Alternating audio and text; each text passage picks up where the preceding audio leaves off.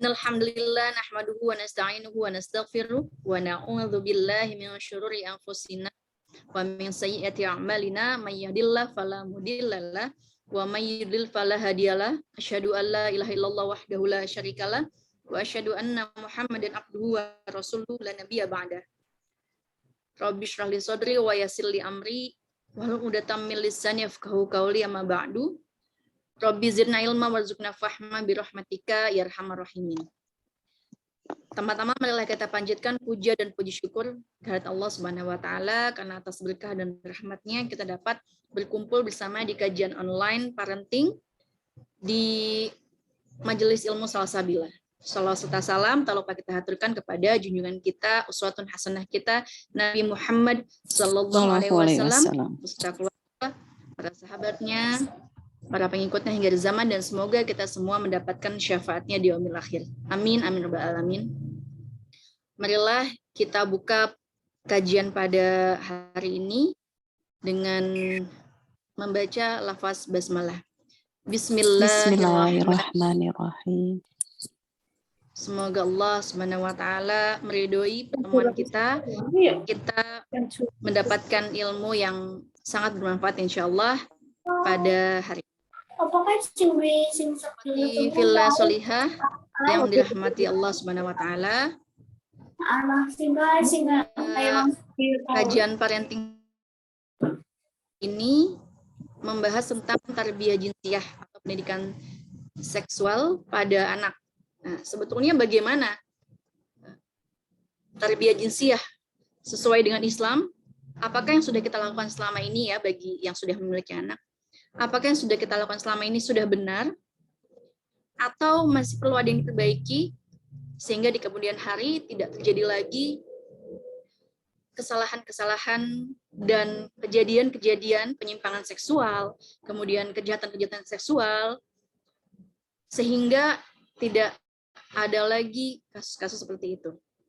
Nah, sudah hadir di tengah-tengah kita Ustazah kesayangan kita, Ustazah Iva Mustasyrifah MPD, yang akan sharing tentang tarbiyah jinsiyah. Sudah siap ahwati fillah semua? Insyaallah siap. Ya, coba suaranya mana biar nggak ngantuk ya. Sudah siap ahwati fillah semua? Insyaallah. Siap. Soalnya nih jam-jam yang ngantuk ya, jadi harus semangat.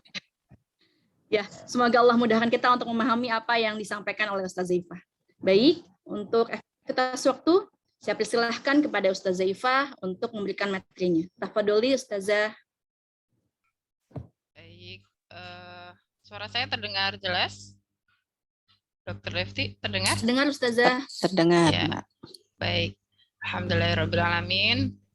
Jazakillah atas waktunya, jazakillah atas kehadiran antuna semuanya yang hadir di sini, yang sudah meluangkan waktunya untuk bertolabul ilmi. Masya Allah gitu ya, di teriknya siang, tapi sudah agak mendung gitu ya. Dan pastinya aktivitas pagi tadi sudah lumayan menemani kita. Semoga kehadiran antuna semuanya dicatat oleh Allah sebagai sebagai bekal nanti ketika di akhirat. Amin ya rabbal alamin. Bismillahirrahmanirrahim. Assalamualaikum warahmatullahi wabarakatuh. Waalaikumsalam warahmatullahi wabarakatuh. Alhamdulillahirabbil alamin wa bihi nasta'in ala umurid dunya waddin. Wassalatu wassalamu ala sayyidil mursalin wa ala alihi wa sahbihi wa barik wa sallim ajma'in. Allahumma shalli ala Muhammad wa ala ali Muhammad. Rabbi zidna ilman warzuqna fahman birahmatika ya arhamar rahimin. Rabbi shrah lana sudurana wa yassir umurana birahmatika ya arhamar rahimin. Semoga kita semuanya dimudahkan oleh Allah dalam belajar ini. Alhamdulillah, puji syukur kita haturkan kepada Allah Subhanahu wa taala. Di agenda kita setiap 2 pekan kita ada kajian parenting atau kajian tentang keluarga. Semoga ini niat kita untuk bertolabul ilmi ini dicatat oleh Allah dan menjadi bagian dari bekal kita sebagai ummahat yang mempunyai amanah luar biasa gitu ya, yang diberikan oleh Allah Subhanahu wa taala sebagai pendidik gitu ya. Jadi kita ini sudah mempunyai status yang luar biasa yang diberikan oleh Allah, yaitu sebagai muslimah, kemudian sebagai ibu, dan juga sebagai istri gitu ya dalam keluarga kita. Nah, kita akan mengoptimalkan seperti apa kita dalam mendidik anak gitu ya. Sebagaimana yang sudah kita pelajari, yang sudah kita bahas di pertemuan-pertemuan sebelumnya, kita sudah membahas mengenai peran kita, bagaimana menjadikan anak kita itu bersyahsiah Islam, mempunyai kepribadian Islam, kemudian bagaimana kita sebagai orang tua bisa mendidik anak gitu ya, mendidik anak dalam hal fisiknya gitu ya agar kuat, kemudian bagaimana pola hidup sehat gitu ya, pola hidup yang segar gitu ya, agar anak-anak kita itu menjadi anak-anak yang qawi, anak-anak yang kuat gitu. Nah, di pembahasan siang ini kita akan melanjutkan pada pembahasan terkait dengan tarbiyah jinsiyah. Tarbiyah jinsiyah itu apa? Tarbiyah itu kan artinya pendidikan gitu ya, atau mendidik anak-anak gitu ya.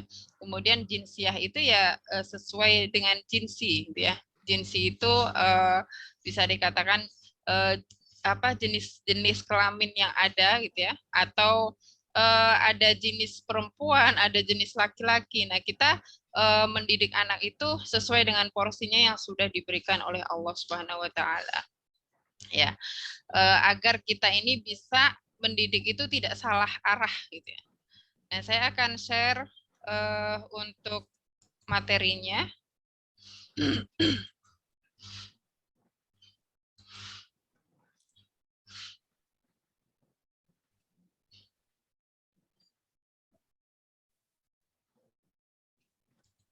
Sudah terlihat?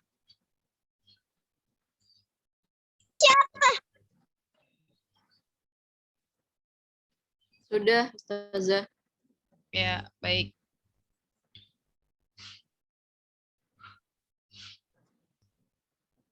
Belum bergeser ya. Ya, sebagaimana yang sudah kita bahas kemarin bahwa manusia itu mempunyai potensi gitu ya, diberikan oleh Allah itu kadar atau potensi yang semua manusia itu sama potensinya gitu ya. Baik di situ orang Indonesia, orang Arab, orang Malaysia, orang Eropa itu sama potensi yang diberikan oleh Allah gitu ya.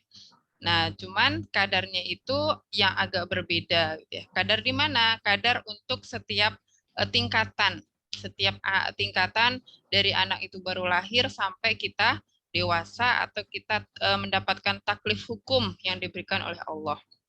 Nah, kemarin kita sudah membahas bahwa ada khosyatul insan gitu ya, kekhosan atau khasiat yang ada pada individu atau potensi pada setiap individu. Di situ ada potensi fisik, kemarin kita sudah bahas. Nah, sekarang kita akan membahas tentang potensi manusia yang kedua, yaitu potensi naluri, ya, potensi naluri. Nah, potensi naluri itu apa? Di sini disampaikan bahwa potensi naluri adalah kecenderungan manusia untuk meraih kualitas hidupnya, yang di sini ada ketenangan, ada kebanggaan, kesenangan, kebahagiaan, dan keselamatan hidup. Ya. Nah, jadi sebenarnya yang memiliki potensi naluri ini tidak hanya manusia saja, gitu ya. Hewan pun juga mempunyai.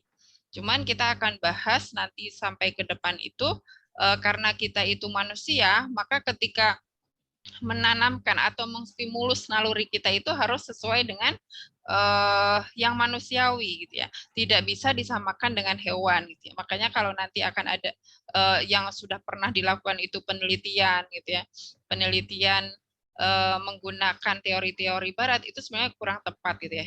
Yang diteliti itu bukan manusia tetapi hewan, itu tidak tepat ya. Nah, jadi di sini disebutkan kecenderungan ya. Nah, kecenderungan manusia untuk meraih kualitas hidupnya.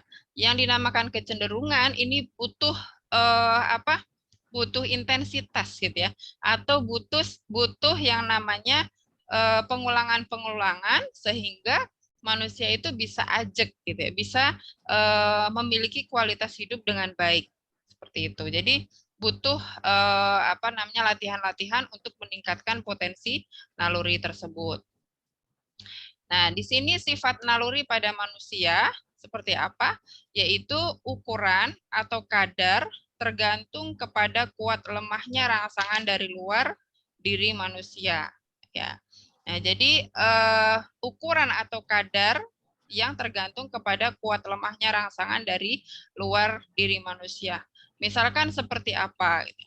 Misalkan seseorang itu, kalau kemarin kita membahas tentang fisik ya, fisik itu misalkan anak itu lapar gitu ya, anak itu lapar, maka di situ munculnya itu dari dalam.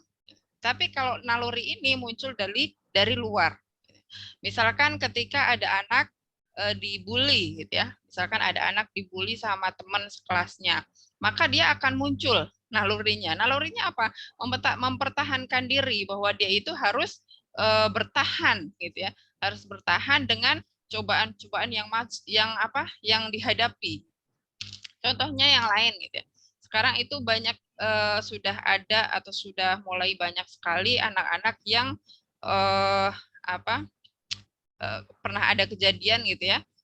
Seseorang anak itu umur 4 sampai 5 tahun, di situ obrolannya itu sudah menjurus hal-hal yang negatif gitu ya, yang terkait dengan seksual. Nah, sebenarnya kenapa itu bisa muncul, dan ternyata munculnya itu dari luar. Gitu ya. Dari luar. Jadi dia itu sebenarnya pada dirinya itu nggak bakalan ada kalau misalkan tidak ada yang ngajarin gitu ya, atau tidak ada lingkungan mereka itu yang memberikan edukasi, atau bukan edukasi ya, memberikan pancingan-pancingan, itu nggak muncul gitu ya. Tetapi ada gitu ya, ada kadarnya yang terdapat pada manusia. Gitu. Jadi misalkan kayak anak kecil gitu ya, anak kecil itu sayang terhadap ayah dan ibunya. Gitu ya. Itu secara naluri itu muncul gitu ya. Secara naluri itu muncul. Tidak diajarin pun itu bisa keluar. Nah, tetapi kadar dia itu, letak sayangnya terhadap orang tuanya itu bisa tinggi atau tidak, itu tergantung rangsangan dari luar. Gitu. Nah, di sini dikatakan muncul dari rangsangan luar dari diri manusia. Kemudian tuntutan pemenuhan itu tidak bersifat pasti, bisa ditunda atau dialihkan. Nah, jadi naluri ini tidak seperti yang kemarin fisik gitu ya. Jadi paling kalau misalkan tidak dipenuhi bisa gelisah gitu ya, bisa gelisah, kemudian bisa marah dan sebagainya. Nah, selanjutnya potensi naluri ini ada 3. Yang pertama itu adalah nau, yang kedua adalah bako, yang ketiga adalah tadayun. Nah, nau itu apa? Kecenderungan untuk melestarikan keturunan seperti rasa sayang kepada keluarga, rasa cinta kepada lawan jenis. Ya, ini nau gitu ya. Jadi hewan juga punya, manusia juga punya gitu ya. Kemudian dasar kasih sayang dan kepedulian kepada keluarga itu dimunculkan dengan birrul walidain gitu ya, berbuat baik kepada orang tua, sehingga akan muncul tanggung jawab mensejahterakan, membahagiakan dan melindungi keluarga. Kemudian juga dimunculkan silaturahim. Itu bagian dari warisah atau naluri nau. Jadi naluri nau ini perlu dipupuk juga gitu ya. Perlu dipupuk, perlu distimulus nanti pembahasan selanjutnya. Jadi biar apa? Biar ketika pemenuhan yang dilakukan itu sesuai dengan yang diperintahkan oleh Allah gitu ya. Jadi ada gitu ya anak yang di situ tidak distimulus kedekatan terhadap orang tua. Akhirnya apa? Akhirnya mencari solusinya keluar gitu ya, karena tidak dekat dengan orang tua. Padahal rasa sayang kepada keluarga, kepada anggota keluarga itu harus dimunculkan gitu ya. Sudah ada di dalam benihnya, sudah ada potensi itu di dalam dirinya, tetapi harus dimunculkan. Tidak bisa serta-merta dia itu keluar. Sebenarnya tetap ada gitu ya, kan memang ada potensi, Tapi ketika penyelesaian misalkan ada masalah gitu ya, kemudian contoh yang lain, misalkan anak sekarang yang usia 11 tahun itu ya, anak SD ya, itu biasanya sudah mulai ada rasa-rasa dengan lawan jenis gitu ya. Misalkan si A suka sama si B, itu sudah muncul. Nah, bagaimana? Apakah di situ harus diflorkan gitu ya, harus dipamerkan atau tidak? Nah, itu kita harus punya caranya gitu ya sebagai orang tua. Kemudian bako.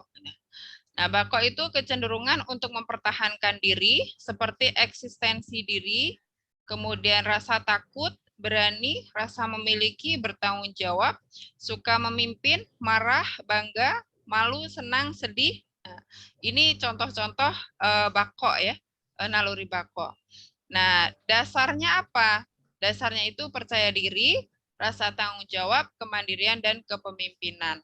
Nah, jadi setiap anak itu pasti mempunyai gitu ya, mempunyai potensi-potensi, misalkan dia itu ingin jadi pemimpin gitu ya, ingin jadi pemimpin, kemudian ketika tadi contohnya ketika diganggu temannya akan marah, nah itu harus ada, cuman marahnya seperti apa, nah itu ada ilmunya lagi gitu ya. Dan bako ini harus dimunculkan gitu ya, harus dimunculkan, harus diperlihatkan. Misalkan keberanian, ya harus dimunculkan keberaniannya itu seperti apa. Misalkan diminta tampil ke depan itu berani, gitu ya. Kemudian diminta untuk berkomunikasi dengan orang lain itu dia berani, gitu ya. Dan banyak sekali.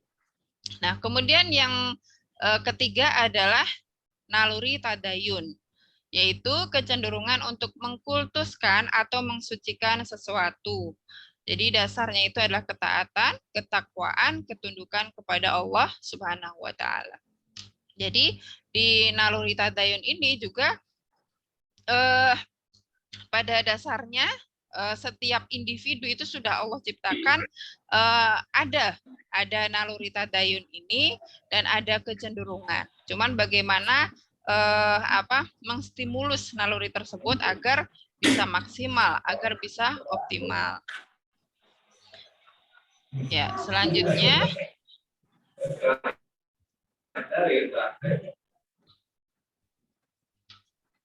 ya, dari ketiga naluri ini ya, ini ada sumber energi untuk membangunnya ya. Nah, ketika kita bisa mengstimulus ketiga naluri ini, nanti akan ada sumber energi yang membangun. Berarti memang harus ada hal-hal yang ingin dicapai gitu. Nah, misalkan di sini akan ada semangat hidup gitu ya. Kemudian semangat belajar, semangat berprestasi, semangat juang meraih sukses, semangat berbuat baik, semangat berbagi gitu ya. Nah, ini semua akan muncul menjadi sumber energi yang akan membangun gitu ya. Jadi kita akan semangat ketika menjalani hidup gitu ya. Kemudian kita akan semangat dalam belajar gitu ya. Mungkin kalau kita terkait dengan pendidikan, ada anak itu kalau yang diminta belajar itu masih nggak semangat gitu ya. Padahal memang tahapannya itu ada tahapannya sendiri gitu ya. Misalkan anak yang usia di bawah 5 tahun, dia itu maksimal bisa konsentrasi itu 1 jam gitu ya. Kemudian anak yang sudah prabalik itu sudah bisa lebih dari 2 jam. Gitu. Nah, seperti itu. Nah, tetapi ada juga yang sudah usia prabalik, dia tetap aja 2 jam itu nggak tahan gitu ya untuk belajar dengan tenang gitu ya. Nah, berarti di situ ada sesuatu yang harus diperbaiki. Kemudian berbuat baik, kemudian semangat berbagi dan yang lainnya. Maka di sini dibutuhkan stimulan gitu ya. Stimulan itu apa? Hal-hal yang menyebabkan agar naluri itu bisa muncul dengan baik gitu ya. Jadi naluri naunya tinggi, naluri bakonya itu tinggi, kemudian naluri tadayunnya juga tinggi itu. Selanjutnya di sini bagaimana cara mengstimulan naluri tersebut ya, dari ketiga naluri tersebut. Yang pertama itu adalah menghadirkan fakta gitu ya. Yang kedua menanamkan maklumat. Nah, menghadirkan fakta itu berarti kita harus menyampaikan ke anak gitu ya, menyampaikan ke anak. Nah, misalkan kalau yang tadayun nih, misalkan yang tadayun, anak itu ketika usia 3 sampai 4 dia sedang mencari-cari Tuhan itu siapa gitu ya. Tuhan itu apa gitu. Nah, itu adalah fakta gitu ya, fakta yang abstrak gitu. Kemudian kita harus bisa menyampaikan maklumat ke anak tersebut gitu. Jadi Tuhan itu seperti apa, Tuhan itu apa, kemudian apa yang harus kita lakukan kepada Tuhan, itu adalah fakta yang dihadirkan ke anak. Terkadang anak nanya faktanya karena usia 3 sampai 5 itu dia masih berbicara konkret gitu ya, masih berpikirnya itu maaf, ya konkret gitu ya. Ya, maka dia akan bertanya gitu ya, akan bertanya Tuhan itu seperti apa. Nah, kita harus bisa menghadirkan maklumat yang benar gitu ya, bahwa di Al-Qur'an atau dalam Islam diajarkan kita nggak perlu lihat Tuhannya itu seperti apa gitu ya, tetapi kita menanamkannya bahwa Allah itu ada. Bagaimana kita membuktikan Allah? Karena ada makhluknya. Berarti kalau ada makhluknya berarti ada yang menciptakan, yaitu siapa? Allah. Itu kalau tadayun. Kemudian kalau misalkan now ya, now itu yang terkait dengan kondisi-kondisi sekarang ya. Kalau misalkan kita tadi yang saya contohkan, misalkan anak kelas 4 atau kelas 5 gitu ya, anak SD, di situ sudah ada yang bahas gitu ya, si A suka sama si B. Itu adalah fakta muncul gitu ya. Fakta yang muncul. Nah, bagaimana agar kita menjelaskan fakta tersebut dengan baik gitu ya. Menjelaskan, kemudian kita juga memberikan maklumat, informasi yang sesuai dengan hukum syara. Nah, jadi misalkan dengan fakta tersebut, kenapa sih teman saya di kelas dia itu menjelaskannya sering ngomongin si A suka sama si B gitu ya. Bahkan dia tidak malu-malu menyampaikan di teman-teman kelasnya gitu ya. Ya kita sampaikan bahwa itu adalah sesuatu yang wajar gitu ya. Itu karena kasih sayang terhadap lawan jenis itu memang sudah mulai muncul gitu. Tapi bagaimana kita menyampaikan ke anak-anak kita maklumat yang benar, solusinya apa gitu ya? Apakah harus diumumkan di teman-teman kita gitu ya, atau tidak? Nah itu ada gitu, dalam aturan Islam itu ada. Nah berarti ini berada di maklumatnya yang akan kita bahas di sesi hari ini gitu ya. Nah, jadi kalau misalkan ada fakta-fakta tersebut, nah kita harus merespon gitu ya. Ibu, orang tua itu harus cepat meresponnya. Gitu. Jangan sampai ketika anak bercerita seperti itu, kita cuekin aja gitu ya, biarin aja lah gitu. Nggak boleh seperti itu. Tapi kita harus merespon apakah di situ baik atau tidak. Gitu ya. Nah, kemudian Now ini kecenderungan untuk melestarikan keturunan, ini yang tadi dibahas ya. Kemudian dasar kasih sayang dan kepedulian kepada keluarga. Nah, di sini harus ditanamkan birrul walidain, tanggung jawab, mensejahterakan, membahagiakan dan melindungi keluarga. Kemudian ada silaturahim. Nah, ini kalau kita kupas lagi ini lebih dalam lagi banyak gitu ya. Bagaimana kita menanamkan atau melakukan birrul walidain dengan baik gitu ya. Ya, birrul walidain itu harus baik gitu ya. Karena di sini namanya birrul. Birrul itu kebaikan. Berbuat baik kepada orang tua itu seperti apa gitu ya. Kemudian tanggung jawab dia sebagai laki-laki itu seperti apa. Tanggung jawab dia sebagai perempuan itu seperti apa. Ini terkait dengan warizatun nau, terkait dengan potensi naluri yang harus ditanamkan kepada anak gitu ya. Seperti itu. Jadi kalau misalkan birrul walidain itu sayang kepada orang tua itu caranya bagaimana? Nah, itu kita harus pahamkan kepada anak gitu. Kalau misalkan usia sekian anak itu harus hormat. Hormatnya itu seperti apa? Tidak boleh membantah, tidak boleh mengatakan gitu ya kalau dalam Al-Qur'an. Apalagi dia mencerca atau mengejek orang tua. Nah, itu tidak boleh. Ya. Nah, di sini di dalam Al-Qur'an potensi nau ini muncul seperti memang sudah diberikan oleh Allah Zuyyina lin-nasi hubbus syahawati minan nisa'i wal banina wal qanatiril muqantarati minadz zahabi wal fiddah wal khailil musawwamati wal an'am. Ya. Dijadikan indah dalam pandangan manusia cinta terhadap apa yang diinginkan berupa perempuan, anak, harta benda yang bertumpuk dalam bentuk emas dan perak, kuda pilihan, ya, hewan ternak dan sawah ladang. Nah, di sini zuyyina linnasi hubbu, ya, hubbu syahawat, terhadap apa-apa yang diinginkan. Nah, jadi ini termasuk naluri nau yang sudah diberikan oleh Allah setiap manusia, gitu ya. Setiap manusia itu mempunyai naluri nau. Ya. Kemudian di dalam Al-Qur'an gitu ya. Wa qada rabbuka alla ta'budu illa iyyah wa bil walidaini ihsana. Nah, ini yang terkait dengan birrul walidain gitu ya. Birrul walidain. Dikatakan di sini tidak boleh mengatakan perkataan gitu ya.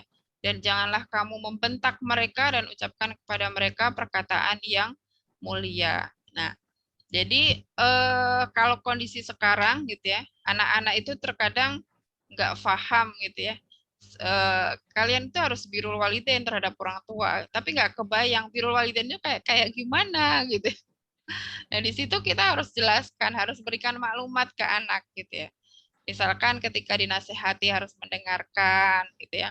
Ketika diminta tolong harus langsung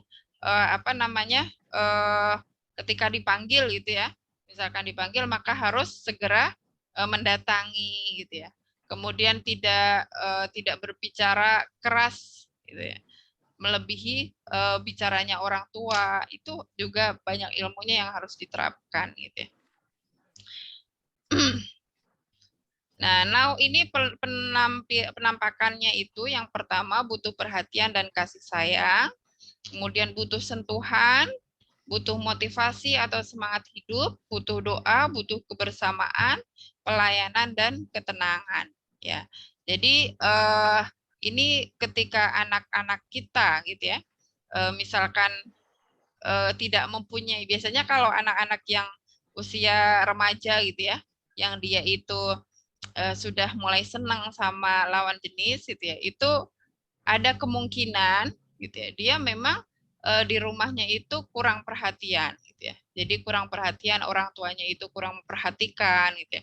Jadi dia lebih suka ya main sama lawan jenis atau teman-temannya gitu ya, dibandingkan dengan orang tua gitu ya. Apalagi kalau sudah usia remaja, di situ akan mulai berkurang gitu ya intensitas mereka terhadap kita.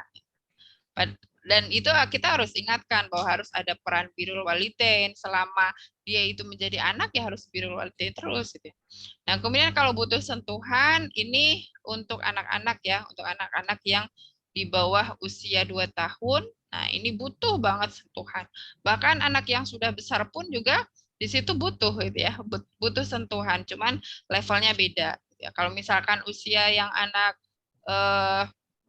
sudah 12 tahun ke atas gitu ya, itu diusap-usap, misalkan diusap-usap kepalanya, diusap-usap kakinya gitu ya, ketika sebelum tidur kita temenin, kita doakan gitu ya, kemudian kita ajak ngobrol sebentar sambil diusap-usap, itu akan memunculkan naunya gitu ya, kasih sayangnya itu akan muncul ya. Seperti itu. Nah, kemudian butuh kebersamaan, ini juga gitu ya. Jadi ketika kita sebagai orang tua mempunyai waktu, target waktu terhadap anak, di situ juga harus dioptimalkan kebersamaannya. Jadi kalau misalkan sedang makan bareng, nah di situ jangan hanya makan aja habis itu selesai gitu, enggak. Tapi di situ harus ada sentuhan-sentuhan, misalkan sharing gitu ya, menasehati anak dan sebagainya. Ya, butuh pelayanan, butuh ketenangan, yaitu ya. Kemudian stimulan naluri nau pada awalnya realitas harus dihadirkan, gitu ya. Kemudian pelayanan orang tua dan membangun relasi persaudaraan. Nah, jadi nah sekarang ini karena sudah ada gadget yang merebak gitu ya, bahkan setiap anak itu sudah punya gitu. sudah diberikan oleh orang tua, sudah punya jatah gitu ya. Kalau dulu itu serumah hanya satu gitu ya, handphone itu, kalau sekarang ya sesuai dengan jumlah individu yang ada di rumah gitu. Nah, itu karena memang itu yang sudah disetting sama industri gadget gitu ya. Nah, dari situ terkadang membuat anak itu lupa gitu ya. Lupa bagaimana birrul walidain. Bagaimana dia itu harus berbakti kepada orang tua gitu ya. Sibuk dengan HP-nya. Dia lebih suka murung di kamar gitu ya. Lebih suka asik dengan kesibukannya sendiri gitu ya. Keluar itu paling cuma makan saja gitu ya, atau hanya untuk sholat, habis itu kadang sholatnya di kamar sendiri gitu ya, nggak mau berjamaah gitu. Nah, di situ berarti memang belum ada kedekatan gitu ya. Jadi dengan adanya realitas seperti itu harus diselesaikan gitu ya. Harus diberikan solusi. Caranya bagaimana? Ya orang tua itu memberikan pelayanan, menemani gitu ya, menemani, kemudian menyampaikan apa yang harus dilakukan dengan baik, kemudian membangun relasi persaudaraan. Jadi kalau sekarang terkadang weekend itu lebih suka atau lebih sering jalan-jalan itu ya untuk diri kita, keluarga kecil gitu ya, dibandingkan untuk membangun relasi persaudaraan. Misalkan silaturahim kemana gitu ya. Nah, ke silaturahim, memperkenalkan kepada saudara-saudara kita, memperkenalkan kepada teman-teman kita gitu ya. Nah, itu terkadang kurang. Selanjutnya disampaikan maklumat terkait pemikiran Islam tentang naluri nau dan kewajiban anak terhadap orang tua, kemudian kewajiban silaturahim. Nah, ini penting ya ibu-ibu ya. Jadi harus disampaikan kepada anak. Jadi tentang kasih sayang itu seperti apa? Ya orang tua itu sayang kepada anak, itu diwujudkan dengan apa? Anak pun harus berbakti kepada orang tua. Kemudian kewajiban silaturahim, bahwa dalam Islam itu diwajibkan untuk silaturahim. Jadi kita harus mencontohkan gitu ya. Harus punya agenda untuk silaturahim. Jadi kalau misalkan kita silaturahim itu jangan anak dibiarkan kita ngobrol dengan orang tua, dengan yang kita kunjungin, kemudian anak dibiarkan untuk main HP sendiri gitu ya. Asik selama silaturahim itu main HP aja gitu. Nah, itu kurang tepat, harusnya disampaikan bahwa yang kita silaturahim itu siapa, kemudian kita itu ke sana ngapain gitu ya. Bahkan kalau bisa itu selama perjalanan gitu ya, misalkan kalau yang di mobil gitu ya, ya di mobil kita sampaikan gitu ya, kita itu silaturahim itu biar apa, biar dapat pahala, biar kita itu banyak saudara gitu ya, kemudian di situ kita akan mendapatkan ilmu yang terkadang di rumah tidak ada dan sebagainya. Ya, bahkan ada tuh seseorang yang di situ mempunyai target gitu ya, mempunyai target ya setiap satu pekan itu silaturahim ke orang yang berilmu gitu ya. Nah, terkadang kita untuk silaturahim ke orang yang berilmu agak malu gitu ya. Padahal itu harus kita lakukan gitu ya. Yang pertama ya kita mencari berkah gitu ya dengan silaturahim itu. Kemudian selanjutnya di situ dengan silaturahim itu biasanya menginspirasi. Yang tadinya misalkan silaturahim ke ulama, ya Allah ternyata ulama itu tidak otomatis jadi ulama gitu ya. Tapi apa? Tapi ternyata perjuangannya luar biasa. Kesehariannya itu seperti apa kita bisa lihat gitu, dan sebagainya. Ya. Nah, ini untuk petunjuk pemenuhan naluri nau. Nah, ini wamin ayatihi an khalaqalakum min anfusikum azwajal litaskunu ilaiha. Ya, jadi ini untuk kalau sudah siap ya, karena misalkan suka dengan lawan jenis, maka di situ solusinya adalah dengan menikah gitu ya. Ini petunjuk pemenuhan naluri nau. Tapi bagaimana kalau untuk anak-anak? Nah, berarti yang akan kita bahas di selanjutnya itu bagaimana agar kita itu menyiapkan gitu ya. Menyiapkan agar mereka itu ketika bertemu gitu ya. Ketika menikah itu ya sudah siap. Tapi berarti di situ dia harus apa namanya, kesiapannya itu apa aja gitu. Itu ya tidak, kita harus membayangkan gitu ya, harus membayangkan, harus menyampaikan bahwa menikah itu apa gitu ya. Itu anak kecil pun sepertinya sudah mulai muncul gitu ya. Kalau misalkan usia anak SD gitu ya, usia anak SD itu kenapa bisa ada saya gitu ya. Itu sebenarnya mengarah ke situ gitu ya. Mengarah ya karena ayah dan ibu menikah gitu ya. Kemudian kalau anak-anak itu kalau lihat ada yang menikah, dia itu girang, senang gitu ya. Ya itu kita sampaikan gitu ya. Kita sampaikan bahwasannya itu fakta-fakta yang ada dan kita harus menyampaikan dengan maklumat yang benar. Ya.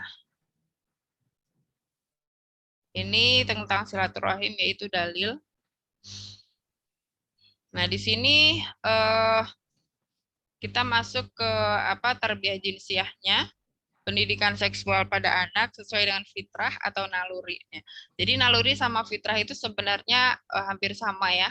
Cuman kalau fitrah itu lebih sering dipakai untuk manusia. Kalau naluri itu untuk hewan dan manusia juga. Jadi sama saja. Nah, di sini ada fenomena ya, kejahatan seksual yang terjadi gitu ya. Ada yang anak muda gitu ya, yang di situ apa, berpacaran, kemudian hamil dan mempunyai apa, anak gitu ya. Kemudian ada yang hamil dan minta diaborsi dan sebagainya gitu ya. Nah, di sini fenomena ini insya Allah faktanya sudah banyak sekali gitu ya. Saya tidak jelaskan dari sisi fakta, gitu. Cuman kita pasti sebagai orang tua harus hati-hati gitu ya, harus hati-hati, harus apa, mempunyai persiapan gitu ya, mempunyai tindakan bagaimana untuk mencegah anak-anak itu dari kejahatan-kejahatan dan juga kita bisa memahamkan ke anak mana yang baik dan mana yang buruk gitu ya terkait dengan seksual. Nah, Islam mengajarkan kita untuk tindakan preventif. Nah, ini sebenarnya paling mudah gitu ya. Bukan paling mudah, paling gampang dalilnya itu ya. Wala taqrabu zina gitu ya. Dan janganlah mendekati zina. Nah, zina itu kita juga harus sampaikan kepada anak gitu ya. Kalau usia 9, 10, 11 itu mereka sudah bertanya-tanya zina itu seperti apa gitu ya.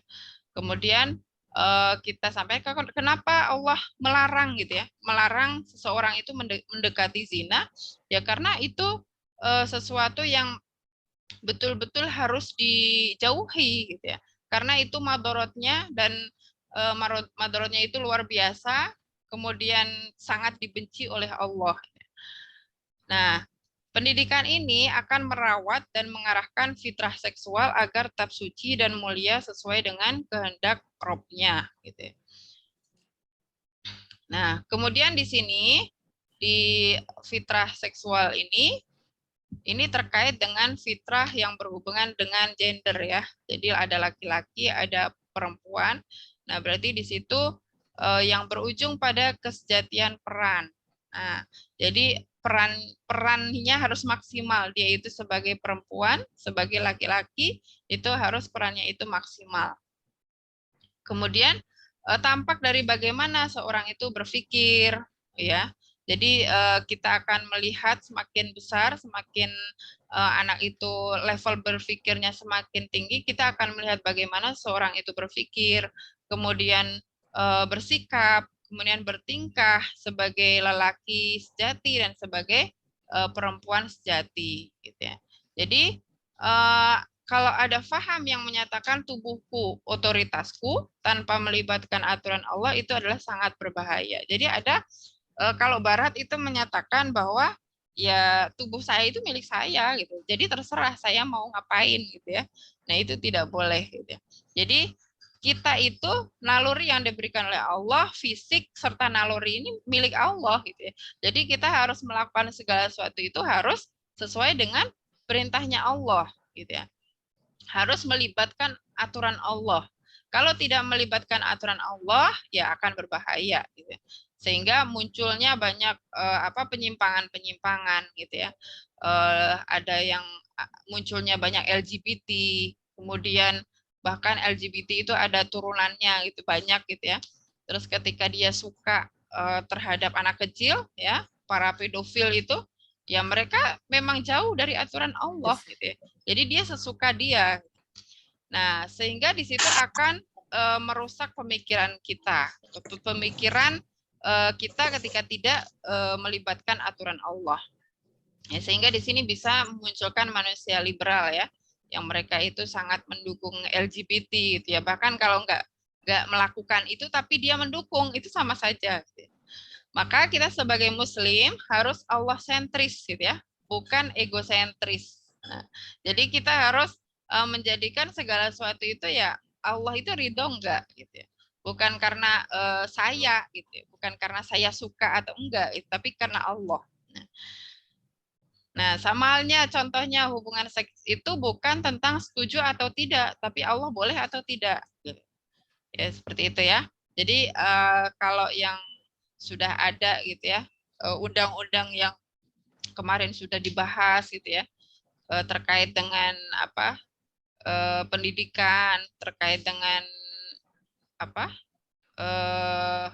hubungan kayak pornografi gitu ya, itu seolah-olah yang penting itu suka sama suka gitu ya, suka sama suka saling setuju gitu ya. Nah padahal harus dikembalikan, Allah itu membolehkan atau tidak ya. Nah selanjutnya kita terkait dengan anak-anak gitu ya. Nah di sini ada prinsip komunikasi dalam pendidikan seksual adalah yang pertama itu harus jujur, terbuka, dan sesuai tahapan usia gitu ya. Jadi kita harus jujur terhadap anak, tapi tidak vulgar juga gitu ya. Jadi misalkan anak kita menanyakan gitu ya, misalkan usia 3 tahun gitu ya, kok ada saya gitu ya, kok sekarang misalkan saya ceritakan Maryam, kok Maryam sekarang ada, itu dari mana gitu ya. Nah, pasti di situ pertanyaannya itu akan lanjut terus gitu.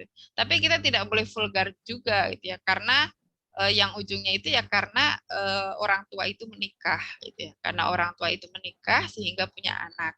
Kemudian tidak perlu disampaikan secara vulgar gitu ya. Secara vulgar sebagaimana yang kalau pendidikan seksual yang ada di barat itu kan seperti bagaimana ketika berhubungan itu aman gitu ya. Nah, itu sebenarnya belum tepat gitu ya kalau untuk anak remaja. Nah, di sini prinsip yang pertama, fitrah seksual itu memerlukan kehadiran, kedekatan, kelekatan ayah dan ibu secara utuh dan proporsional sejak anak lahir sampai usia akil baligh ya. Jadi yang pertama di sini harus ada kehadiran orang tua. Jadi Masya Allah ya, kehadiran orang tua itu sangat diperlukan. Jadi anak itu lengket terhadap ayah ibunya itu ya memang yang utama gitu ya. Apalagi ketika anak itu usia di bawah 3 tahun, ya memang harus dengan ayah dan ibunya gitu ya. Kemudian kalau sudah dekat, maka di situ orang tua itu akan menjadi role model, akan menjadi teladannya gitu ya, bagaimana dia menangani masalah. Kemudian dia akan melihat kalau perempuan itu seperti ini, kalau laki-laki itu seperti ini. Gitu. Ya itu akan dilihat dari kedekatannya orang tua. Gitu ya. Ya, jadi jangan sampai misalkan ayah ibunya lengkap, tapi anak itu tidak merasa ada kehadiran orang tua. Gitu ya. Itu sangat disayangkan. Nah, kemudian yang prinsip kedua, ayah memberikan suplai maskulinitas dan ibu berperan memberikan suplai feminitas secara proporsional. Anak laki-laki memerlukan 75% maskulinitas dan 25% feminitas. Ini maksudnya apa gitu ya? Ada ada sifat-sifat gitu ya, yang di situ kalau maskulin itu kan tegas gitu ya, tegas, kemudian tidak mudah rapuh gitu ya, kuat gitu ya. Kemudian kalau feminitas itu lembut gitu ya. Nah itu antara laki-laki dan anak laki-laki itu dia harus punya dua-duanya gitu ya, harus punya sifat-sifat yang sama gitu ya. Misalkan kasih sayang, kemudian tidak mudah berbicara membentak gitu ya, itu kan seperti feminitas gitu ya, seperti apa, sifat-sifat kelembutan itu juga harus muncul gitu ya kepada baik anak laki-laki atau anak perempuan, cuman porsinya yang berbeda. Kemudian prinsip yang ketiga, mendidik fitrah seksual sehingga tumbuh indah paripurna dan berujung kepada tercapainya peran suami dan ayah sejati bagi anak lelaki, serta peran istri dan ibu sejati bagi anak perempuan. Ya, jadi sehingga di situ akan muncul adab yang baik gitu ya kepada pasangan dan anak keturunan. Ya, jadi di sini ketika kita sudah menanamkan dari sejak kecil, gitu ya, maka di situ akan tercapai gitu ya, ayah karakter atau peran ayah dan suami yang sejati itu seperti apa, gitu ya. Kemudian peran istri dan ibu yang sejati itu seperti apa. Kenapa? Sebentar ya, ibu-ibu.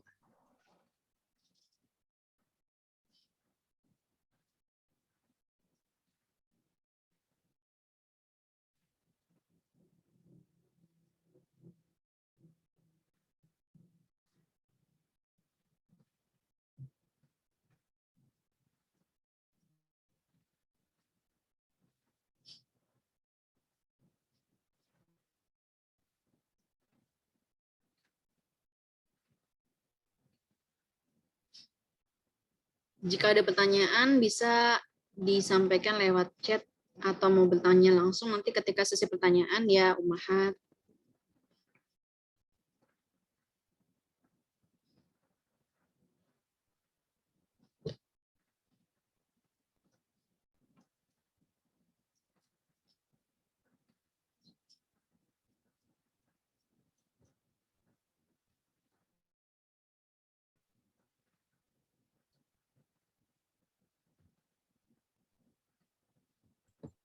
Ya, mohon maaf ya, ibu-ibu ada iklan. Bapak Ustazah. Ya. Nah, di sini ada framework-nya, klasifikasi usia anak 0 sampai 6 tahun itu tiflun ya, tufuliah. Itu yang dibutuhkan adalah kelekatan, cinta, penerimaan, keterpesonaan, kehadiran utuh dari orang tua ya. Jadi di usia ini ya memang harus lekat gitu ya, antara anak terhadap orang tua terhadap anak itu harus lekat. Ya. Kemudian menerima gitu ya, menerima dengan apa adanya anak tersebut gitu ya. Serta jadi kalau misalkan Allah takdirkan anak itu laki-laki ya kita sebagai orang tua itu ya harus menyampaikan bahwa kamu itu laki-laki gitu ya. Jadi jangan karena misalkan punya anak 4 gitu ya, 1, 2, 3, 4 itu laki-laki semua gitu ya. Kemudian pas yang terakhir misalkan hamil lagi, yang kelima ternyata laki-laki semua, pas lahir itu didandaninnya perempuan. Nah itu juga nggak boleh gitu ya. Kita sebagai orang tua itu harus memberikan penerimaan yang nanti anak itu akan ya terima gitu ya, sebagaimana yang sudah di Allah ciptakan gitu. Nah kemudian diberikan cinta, kasih sayang, itu di usia 0 sampai 6 itu harus betul-betul dipupuk. Kemudian di usia 7 sampai 10 tahun ini mumayyiz, anak itu harus diberikan kepercayaan, penanaman nilai dan eksplorasi gitu ya. Jadi diberikan kepercayaan gitu ya. Jadi anak itu sudah mulai dilepas gitu ya. Sudah mulai diberikan kepercayaan, misalkan anak itu makan sendiri gitu ya. Kemudian anak itu main terhadap teman nggak harus istilahnya ketika main dengan tetangga gitu ya, diberikan kepercayaan main boleh, tetapi di situ juga pengawasan tetap harus ada gitu ya.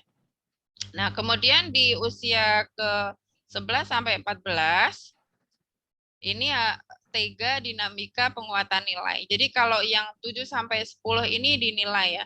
Artinya apa? Kita harus memberikan maklumat-maklumat yang banyak di usia 7 sampai 10 ini. Selain maklumat atau ilmu atau bekal, itu juga anak diberikan peran untuk eksplorasi gitu ya. keinginan anak itu seperti apa gitu ya. Kita harus pahami dan memberikan nilai-nilai apakah di situ baik atau buruk itu harus disampaikan ke anak. Ya, kemudian di usia syabab ini ya berarti sudah balik ya. Kontribusi aktif, solutif, empati serta berkarya. Nah, ini framework-nya gitu ya. Jadi urutannya.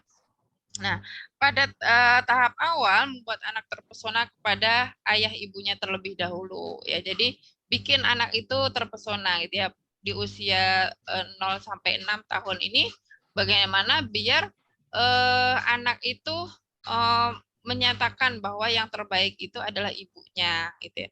Yang paling sayang terhadap dia itu ya ayah dan ibunya gitu. Nah, itu kan harus dimunculkan. Kemudian terpesona sebelum mau, mau sebelum mampu, gitu ya. Suka sebelum bisa. Nah, ya jadi di sini kehadiran utuh orang tua itu sangat dibutuhkan. Jadi bagaimana anak itu agar jiwa dan raganya itu karena dibentuk oleh orang tua itu, jadi kehadiran orang tua itu tidak setengah-setengah. Jadi bukan misalkan kalau di sini disebutkan bukan mobil-mobilan yang banyak, bukan buku yang berlimpah, bukan mainan yang diinginkan, tapi rasa kasih sayang dan kepedulian yang utuh dari ayah dan ibunya itu yang muncul gitu.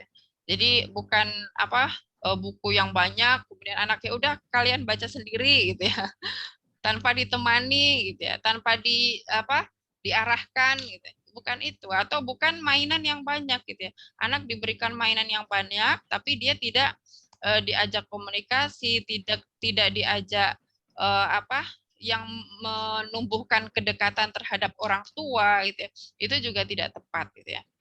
Jadi di sini rasa kasih sayang dan kepedulian ini harus utuh gitu ya, harus utuh diberikan kepada anak dan harus dilaksanakan.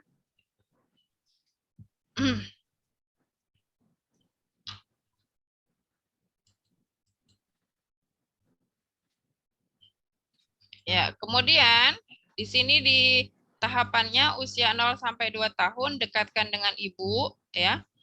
Jadi di usia 0 sampai 2 tahun itu kenapa didekatkan dengan ibu gitu ya? Karena memang fitrahnya gitu ya, ibu itu fitrah seksualnya itu, seksualitasnya itu ibu itu memang harus dekat gitu karena sudah diperintahkan oleh Allah di usia tersebut ibu itu harus memberikan ASI selama 2 tahun gitu ya. Dan kita harus optimalkan ketika dekat dengan ibu itu gitu ya. Jadi tidak hanya memberikan ketika kita mengasihi gitu ya, ketika memberikan ASI tidak hanya sekedar memberikan ASI tapi kita memberikan penanaman akidah juga sudah bisa kita tanamkan gitu ya. Jadi sambil komunikasi, sambil menatap mata anaknya gitu ya. Itu adalah cara-cara membangun fitrah gitu ya, kasih sayang gitu ya antara orang tua dengan anak gitu ya. Jadi kalau kasih sayang terhadap orang tua itu muncul, kasih sayang orang tua terhadap anak itu muncul, dia nanti ketika besar, ketika sekolah gitu ya, dia nanti akan kasih sayang terhadap temannya itu muncul gitu ya. Maksudnya tidak mengganggu teman gitu ya. Kemudian suka menolong, suka berbagi itu akan muncul. Ya, karena apa? Karena kedekatan ini sudah dibangun gitu ya. Jadi di usia 0 sampai 2 tahun. Kemudian 3 sampai 6 tahun dekatkan ayah dan ibu gitu ya. Jadi ayah dan ibu ini punya peran penting gitu ya 3 sampai 6 tahun ini. Jadi anak sudah mulai tahu ada 2 jenis kelamin gitu ya. Kalau melihat ayah itu dari cara berbicaranya, dari cara berjalannya, cara berpakaiannya itu anak usia itu sudah mulai membedakan gitu ya. Bahkan sudah ketika misalkan sudah itu pun juga harus sudah diajarkan itu ya ke anak gitu. Ya, jadi kalau di usia 3 sampai 6 tahun ini harus dekat dengan ayah dan ibu. Makanya tidak heran kalau misalkan ketika ayahnya datang pulang kerja, anak di usia ini pasti lengketnya sama ayahnya gitu ya. Seperti itu. Nah, kemudian anak 7 sampai 10 tahun mulai melihat kegiatan ayah ibunya sehari-hari, bagaimana anak perempuan itu nyaman di rumah, gitu ya. Kemudian nyaman dengan aktivitas ibunya. Nah, kalau laki-laki di usia ini biasanya sudah pingin main ya, pingin keluar gitu. Ya itu memang sudah fitrahnya seperti itu. Kita tinggal arahkan aja sesuai dengan maklumat, sesuai dengan aturan Islam gitu ya. Nah, kemudian usia 11 sampai 14 dekatkan anak lintas gender gitu ya. Ya, jadi di usia 11 sampai 14, nah ini syahwat itu sudah mulai muncul gitu ya. Syahwat ini sudah mulai muncul, kemudian sudah mulai suka gitu ya. Lawan jenis laki-laki perempuan. Nah, maka mentor terbaiknya itu adalah ayah ibunya, bukan orang lain, gitu ya. Jadi kalau di usia ini tidak ada kedekatan orang tua, gitu ya. Nah, maka di situ dia akan bebas, gitu ya, akan liar. Nah, ini berbahaya. Makanya orang tua itu harus mendampingi terus. Nah, kemudian di masa 15 tahun ke atas, usia balik, yang ditandai untuk perempuan dengan haid, kemudian mimpi basah bagi laki-laki, yang tujuan akhirnya anak perempuan itu bisa menjaga kesucian diri dan anak laki-laki paham memperlakukan perempuan dengan beradab gitu ya, memperlakukan perempuan itu dengan lembut gitu ya. Jadi laki-laki itu kalau terhadap perempuan itu tidak membentak, tidak berbicara keras, kasar, apalagi main fisik gitu ya, main pukul, itu insya Allah tidak terjadi seperti itu gitu ya. Ketika di peran dari 0 sampai 14 tahunnya itu dilakukan dengan baik. Gitu. Makanya kalau di usia 15 tahun ke atas, maka di situ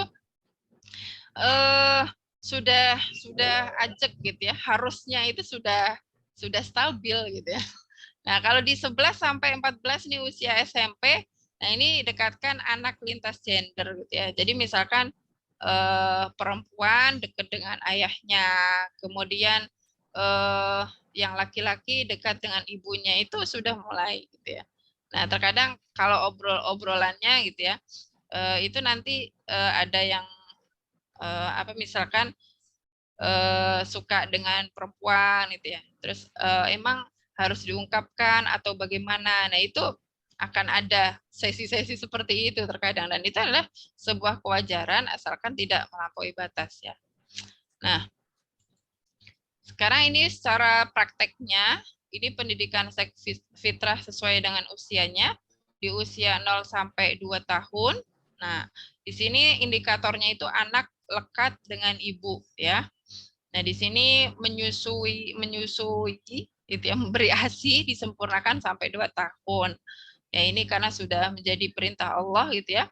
Sebagaimana dalam surat Al-Baqarah ayat 233 yang dijelaskan bahwa laki-laki gitu ya atau ayah itu mempunyai peran untuk mencari nafkah, memberikan nafkah. Berarti sebelum memberikan harus mencari gitu ya. Jadi kalau ayah itu keluar mencari nafkah, nah ibu itu mempunyai peran untuk apa? Untuk menyusui gitu ya, menyusui secara sempurna sampai 2 tahun. Nah, ketika menyusui tadi yang sudah saya sampaikan itu ya jangan hanya sekedar nempel aja anak untuk kebutuhan fisik saja, tidak gitu.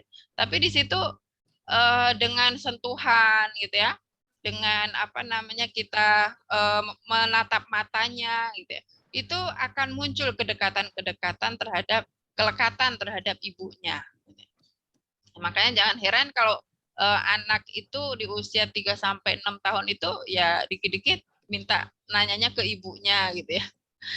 Seringnya lebih sering ke ibunya karena apa ya? Karena memang anak itu lekat dengan ibunya di usia ini gitu. Kemudian memberi nama yang baik dan jelas gendernya ya. Jadi di sini ini juga diperintahkan oleh Allah gitu ya, bahwa memberikan nama yang baik dan jelas ini ada di dalam hadis ya Ibnu Hajar, bahwa anak itu mempunyai 3 hak dari ayahnya. Yang pertama, nama baik ya. Yang kedua, pendidikan yang baik. Yang ketiga, dibantu memilih pasangan yang baik ya. Ini jadi kewajiban ayah nih terhadap anak itu ada 3 hal itu yang harus dilakukan gitu. Jadi memberikan nama yang baik. Yang baik itu ya harus sesuai dengan apa? Gendernya gitu ya. Kalau perempuan ya berikan nama yang sebagaimana perempuan, jangan sebaliknya gitu ya. Jangan karena dia pingin anak laki-laki gitu ya. Nah, kemudian lahir perempuan dikasih nama yang mirip laki-laki. Nah, ini juga kalau orang Indonesia gitu ya atau orang umum, nah di situ mereka ketika memberi nama itu terkadang ya suka-suka gitu, suka-suka. Kadang juga eh, bukan lintas gender. Jadi yang seperti yang terbaru itu ya, itu yang namanya perempuan. Oh maaf, bukan itu ya. Jadi memberi nama yang baik dan jelas gendernya ini memang sudah diperintahkan oleh Allah gitu ya. Di hadisnya juga banyak yang sudah disampaikan. Misalkan memberi nama itu harus dengan bukan harus yang dicontohkan itu memberikan nama Abdullah, Abdurrahman gitu ya dan sebagainya. Kemudian ada nama yang tidak boleh yang tidak baik kemudian diberikan nama ke anak misalkan ada di hadisnya saya agak lupa. Nah, kemudian menunaikan akikah. Ya, ini juga insya Allah sudah difahami ya. Nah, di usia 3 sampai 6 tahun di sini menjelaskan melalui lisan dan perilaku keseharian menggunakan perbedaan gender perempuan dan laki-laki ya. Jadi aktivitas-aktivitas perempuan itu seperti apa gitu ya. Itu kita sampaikan kepada anak gitu ya. Jadi misalkan perempuan itu membantu bersih-bersih, misalkan mencuci piring. Nah, itu kan aktivitas-aktivitas yang yang lebih tepat gitu ya, itu ke perempuan gitu ya. Kemudian kalau laki-laki itu betulin genteng gitu ya. Nah, itu ketika orang tuanya melakukan itu ya diperlihatkan gitu ya ke anak gitu ya. Kalau ayah itu sedang betulin genteng atau ayah itu sedang betulin toren gitu ya. Itu nanti anak kita itu akan membaca. Kalau misalkan ibu itu ternyata punya adik lagi gitu ya, maka di situ ibu menyusui. Nah, di situ juga anak itu akan membaca aktivitas-aktivitas yang dilakukan oleh orang tuanya. Kemudian mengenalkan anggota tubuhnya termasuk kelaminnya. Nah, di sini dijelaskan gitu ya, dijelaskan seluruh anggota tubuhnya itu mulai dijelaskan juga fungsinya gitu ya. Nah, ini nyambung juga sama yang terakhir ini, memberitahu bagian tubuh yang boleh dan tidak boleh disentuh gitu ya. Jadi misalkan kemaluan gitu ya, kemaluan laki-laki dan kemaluan perempuan gitu ya. Maka di situ ditunjukkan bagiannya itu ditunjukkan gitu ya. Nah, di situ juga tidak boleh disampaikan tubuh ini tidak boleh disentuh kecuali ayah sama ibu gitu ya. Bahkan kalau sudah usia 3 tahun itu kalau memandikan itu ya sebaiknya itu anak perempuan dimandikan sama ibunya, anak laki-laki dimandikan sama ayahnya, dan nggak boleh gitu ya misalkan mandi bareng gitu ya dan di situ terlihat auratnya, itu tidak boleh gitu ya. Di usia 3 sampai 6 tahun ini ya. Jadi disampaikan karena apa? Karena dengan kita tahu gitu ya bahwa bagian-bagian tubuh yang tidak boleh disentuh sama orang lain, maka dia tidak akan berontak gitu ya kalau misalkan dia disentuh sama orang lain gitu ya. Misalkan ada pamannya datang gitu ya, atau ada tetangga gitu ya, nyolek-nyolek, dia akan risih gitu ya. Karena apa? Karena sudah ditanamkan ke anak itu bahwa bagian-bagian itu tidak boleh disentuh sama orang lain. Nah, termasuk juga dilihat sama orang lain. Misalkan kayak kemaluan dilihat gitu. Ya, kadang ada anak yang penasaran gitu ya. Misalkan kakaknya itu penasaran lihat adik babynya gitu ya. Kemudian dilihat-lihat alat kemaluannya, itu nggak boleh gitu ya. Dan anak itu harus disampaikan gitu ya bahwa itu tidak boleh disentuh dan dilihat oleh orang lain. Kemudian mengenalkan anak tentang adab dengan pesona, misalkan saat toilet training. Nah, di sini kita arahkan gitu ya. Kita jelaskan, kita sampaikan ke anak saat toilet training itu adab-adabnya seperti apa gitu ya. Ya, adabnya misalkan masuk dengan kaki kiri, kemudian dengan doa, ya, kemudian di dalam itu tidak boleh teriak-teriak, tidak boleh nyanyi-nyanyi gitu ya. Kemudian kalau keluar seperti apa. Nah, ini yang penting itu nih, berpakaian. Nah, ini berpakaian juga harus mulai diarahkan gitu ya. Jadi kalau anak kecil walaupun usia 3 sampai 6 itu kan sedang lucu-lucunya ya, sedang lucu-lucunya. Di situ tetap saja anak kita itu harus dipakaikan pakaian itu yang benar gitu ya. Kalau di dalam rumah itu ya tidak boleh misalkan dipamerkan pahanya gitu ya, walaupun itu anak kecil gitu ya, tetap harus ditutup gitu ya, tetap harus ditutup.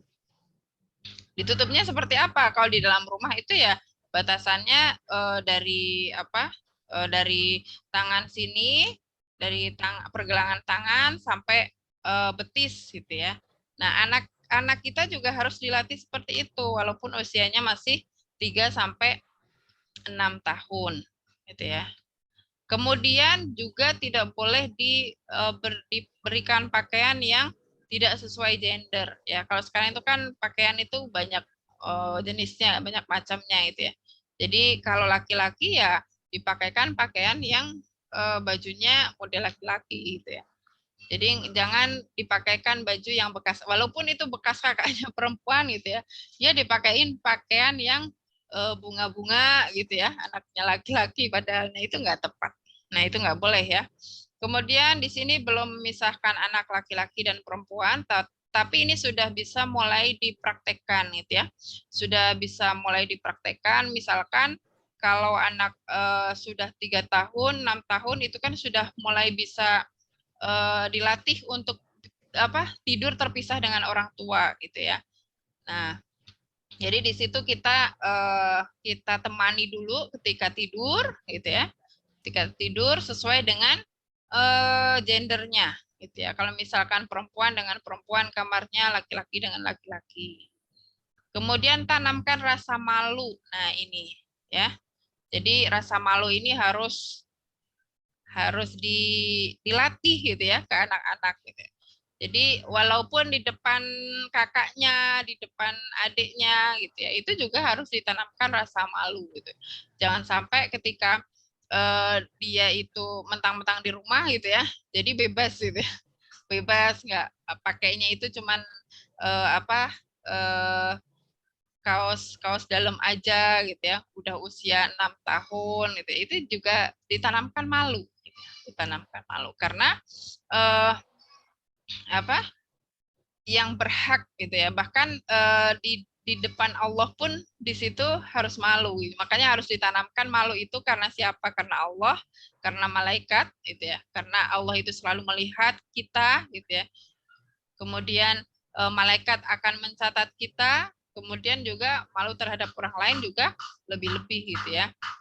Ketika di luar rumah itu harus malu. Nah, ya, satu lagi di sini usia 7 sampai 10 tahun ya. Yang pertama anak laki-laki diajak sholat berjamaah di masjid.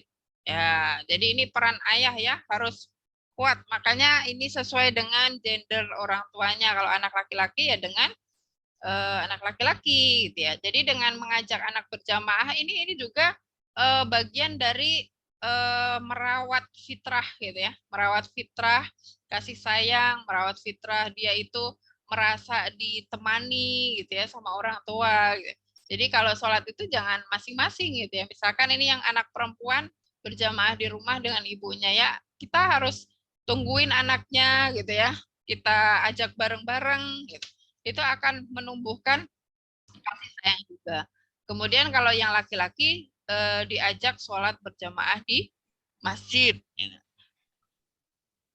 Nah, ini untuk fadilahnya sudah paham ya, insya Allah ibu-ibu. Kemudian mengenalkan toharoh bersuci setelah BAB dan BAK. Nah, ini harus diperjelas gitu ya. Cara-caranya yang benar itu seperti apa. Ya, jadi tidak hanya diguyur aja, tapi harus paham.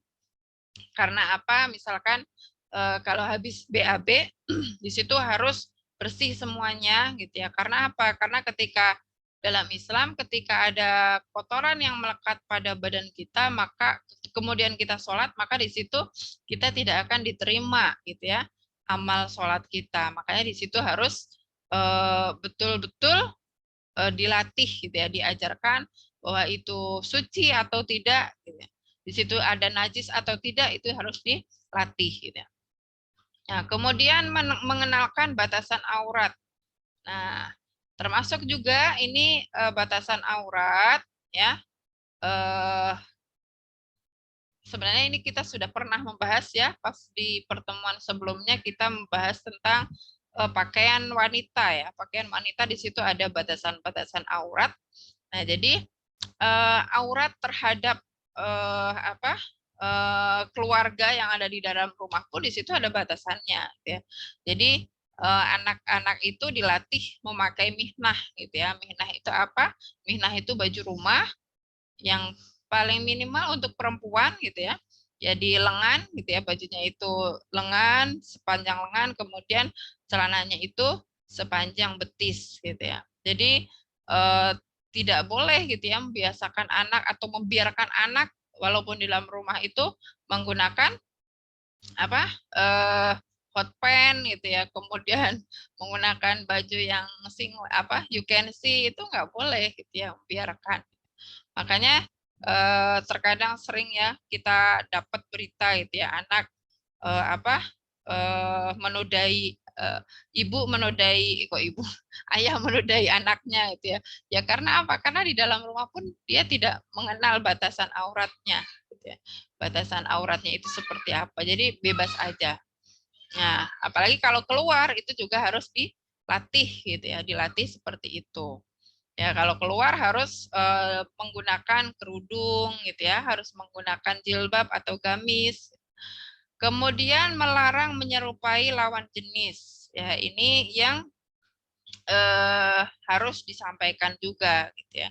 Jadi di usia seperti ini terkadang kalau misalkan ada anak ada orang tua yang terkadang pingin gitu ya punya anak perempuan, ternyata belum dikasih sama Allah, ternyata anak laki-lakinya dikerudungin. Nah, itu sebenarnya tidak tepat gitu ya. Ini nanti kalau di usia 7 sampai 10 ini kan akan penanaman nilai itu akan nancep gitu ya. Jadi kalau ibunya makain seperti itu tanpa dijelaskan seolah-olah lucu gitu ya, maka di situ dia akan biasa aja gitu ya. Oh lucu ya, jadi dipakein begitu ya biasa aja. Padahal walaupun di dalam rumah ataupun di luar rumah menyerupai lawan jenis itu tidak boleh. Nah ini saya pernah juga lihat di salah satu sekolah gitu ya, yang di situ seolah-olah perempuan tapi dipacain atau di make upin laki-laki gitu ya. Kemudian laki-laki di make upin perempuan. Nah, itu nggak boleh gitu ya. Kemudian mengajarkan adab masuk ke kamar orang tua terutama pada 3 waktu. Ya di sini jelas ya. Sudah ada di dalam surat An-Nur ayat 58 sampai 59 gitu ya. Jadi di 3 waktu ini anak-anak itu harus izin gitu ya.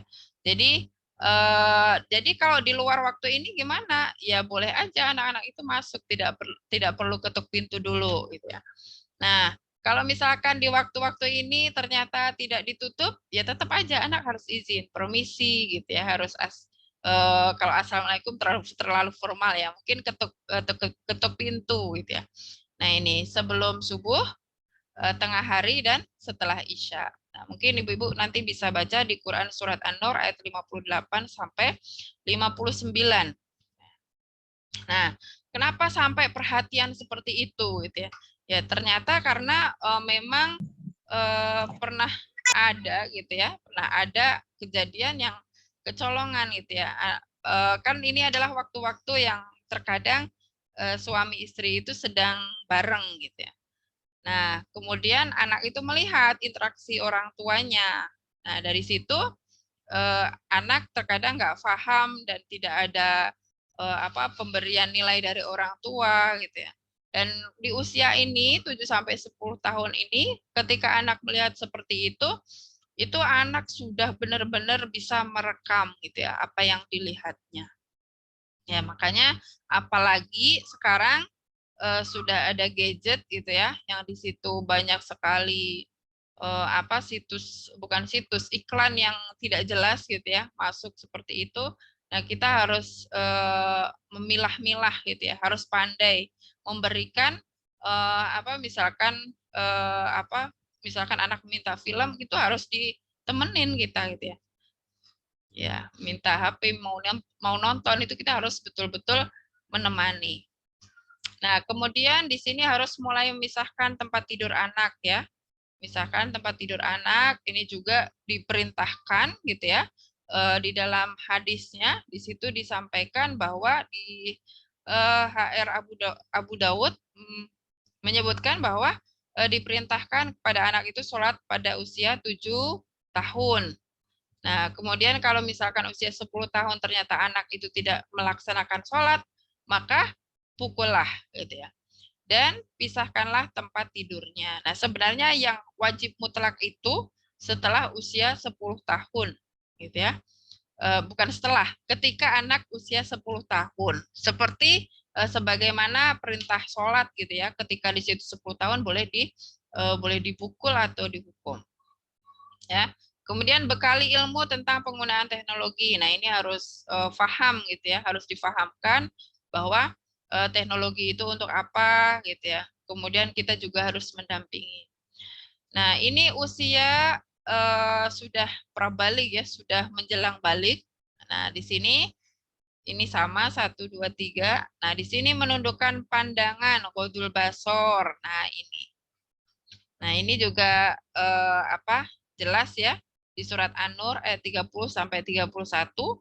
Baik laki-laki atau perempuan itu harus menundukkan pandangannya, harus menjaga kemaluannya.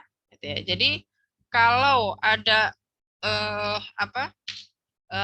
misalkan ada karena ini sudah fitrah syahwatnya itu sudah mulai muncul gitu ya.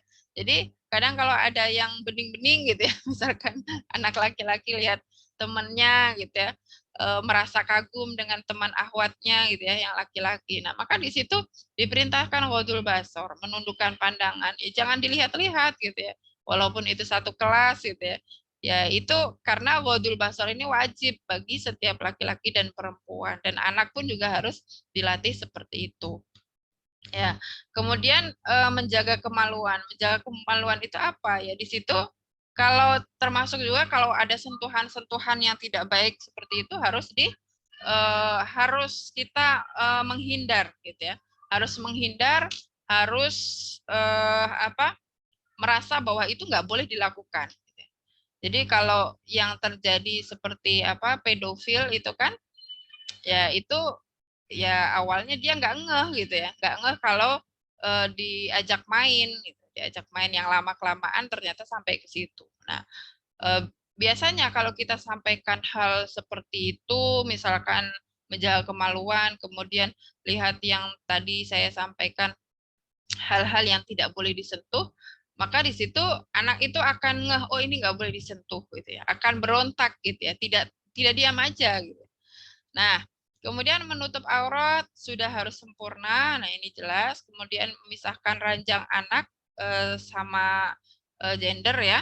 Kemudian kamar untuk beda gender ya. Jadi kalau misalkan laki-laki sama perempuan harus terpisah kamarnya gitu ya. Nah, kemudian mengajarkan anak ciri pubertas. Nah, ini ciri-ciri anak yang balik itu seperti apa? Itu harus disampaikan gitu ya. Misalkan ciri-ciri laki-laki yang balik itu apa? Perempuan yang balik itu apa? Contohnya menstruasi. Nah, ternyata menstruasi itu tidak hanya keluar darah saja. Ternyata di situ banyak ilmunya juga gitu ya. Ternyata di situ dari sisi kejiwaannya itu juga akan ada yang berubah dan sebagainya. Nah, kemudian mengajarkan tata cara mandi janabat ini juga harus disampaikan ya di usia 11 tahun sampai 14 tahun. Cara mandi yang benar gimana?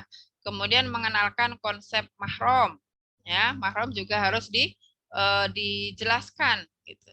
Nah, ini peran kita ketika bersilaturahim itu nanti akan kebayang mahram itu apa gitu ya. Nah, kalau kita tidak pernah silaturahim dan tidak membayangkan oh saudara kita itu yang mana gitu ya. Saudara kita itu dia termasuk mahram atau enggak. Nah, di situ ya kita enggak ngeh gitu ya.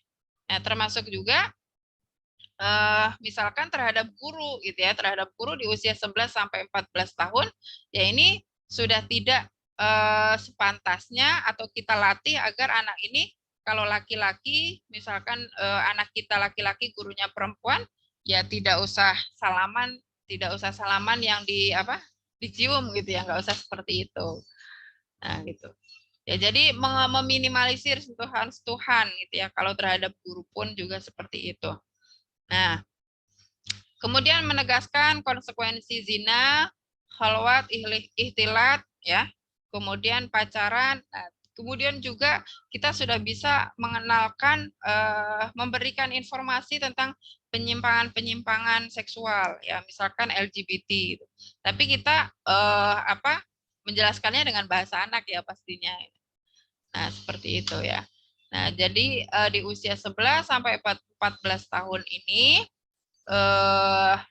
kita kenalkan yang lebih mendalam lagi karena tadi di usia ini kalau di usia 7 sampai 10 itu kan penanaman nilai. Nah, kalau ini penanaman nilainya itu lebih gitu ya. Lebih dikuatkan lagi penguatan penanaman nilai.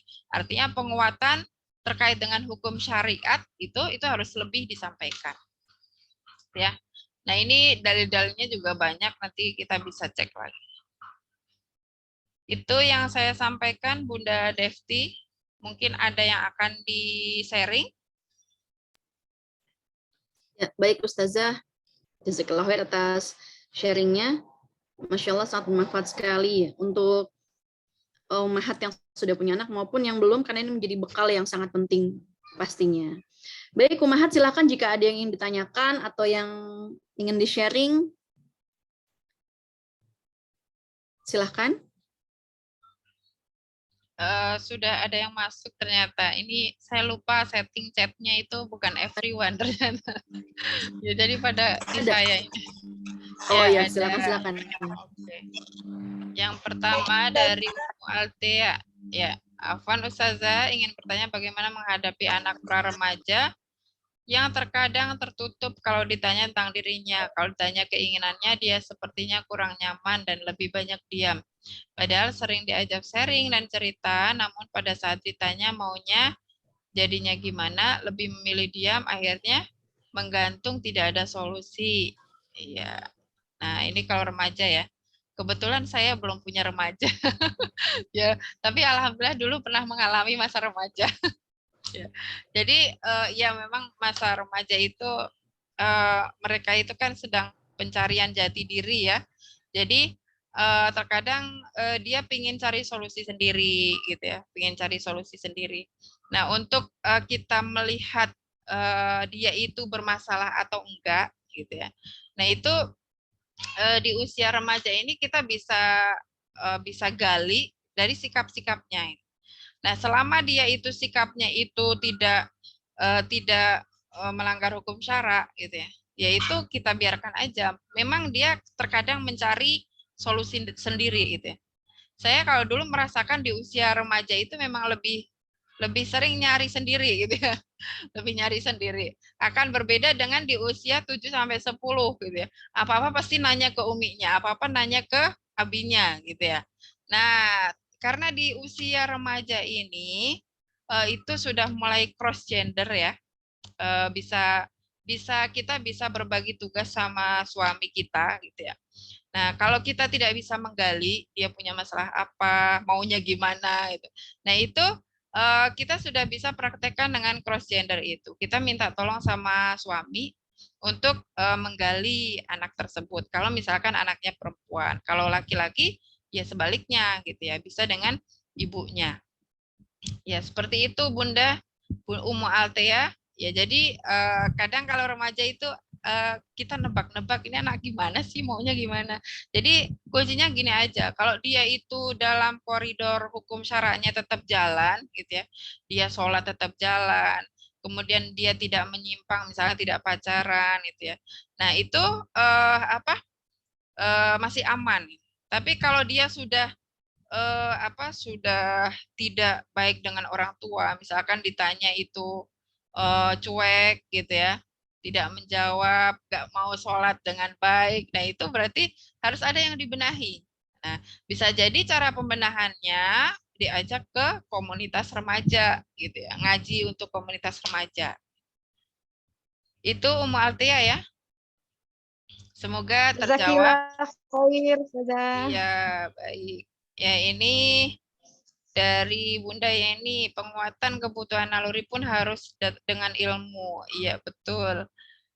Kemudian Bu Rita, ya Afwan Ustazah izin live dulu. Baiklah. Ya, ini ada pertanyaan lagi. Bagaimana cara mulai memisahkan anak yang sekarang akan berusia 7 tahun, memisahkan kamar? Ya. Ya, ini kalau posisinya memang kita punya kamar banyak, itu bisa dilakukan gitu ya.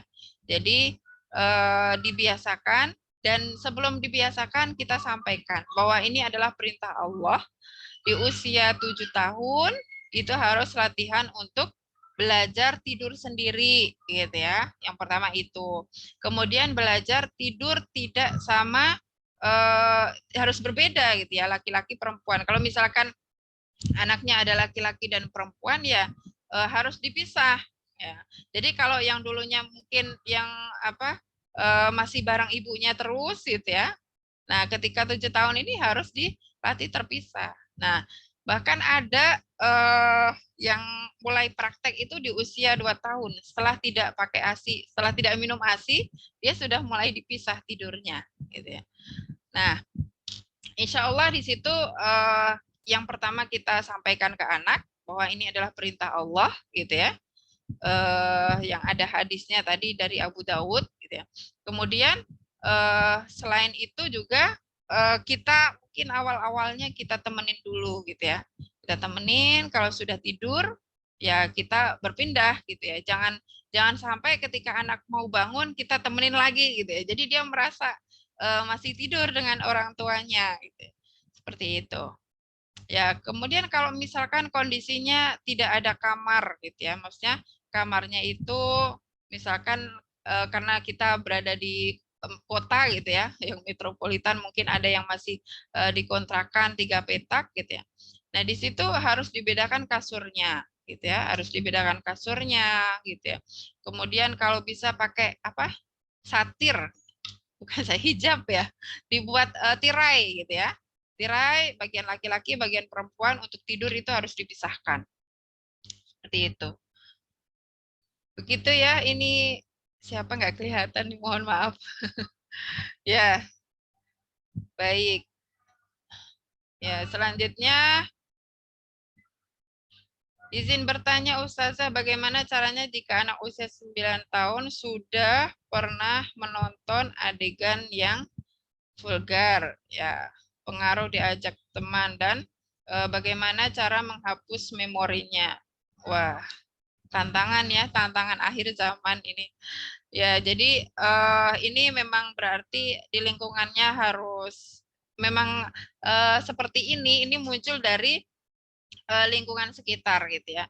Bisa jadi dari tetangga gitu ya, atau ya teman-teman di sekitar kita yang tidak sama pikirannya gitu ya. Maka di situ bisa kadang kecolongan seperti itu. Nah, caranya bagaimana? Yang pertama, kita panggil anaknya, kalau memang anak kita itu tahu dari siapa, kita panggil, kita ajak ngobrol. Gitu. Kemudian kalau bisa kalau anaknya sudah, nah kita sampaikan ke orang tuanya juga. Kalau memang itu tetangga ya, kalau memang itu tetangga, kita samperin orang tua. Nah, kita nasehatin ya, bahwa itu tidak baik dan tidak boleh diulangi lagi. Itu adalah sebuah keburukan, gitu ya. Itu adalah sebuah kemaksiatan yang Allah itu tidak ridhoi. Itu ya. Kemudian makanya saya itu seperti yang tadi tentang memberikan menyampaikan anggota tubuh ya, anatomi tubuh anak gitu ya. Kalau ada pendapat yang menyebutkan harus menggunakan kata yang sebenarnya gitu ya. Kata yang sebenarnya itu kalau misalnya kemaluan perempuan menggunakan kata vagina gitu ya. Kalau laki-laki menggunakan kata ini. Dan sebenarnya ketika anak tahu dan terbiasa lihat itu, anak itu akan respon di kepalanya, dia penasaran gitu ya, kayak apa sih gitu ya. Nah itu, dan ternyata kalau di googling itu naudzubillah gitu ya. Jadi kita harus berlindung pada Allah, benar-benar gitu ya, vulgar banget gitu memang gitu ya.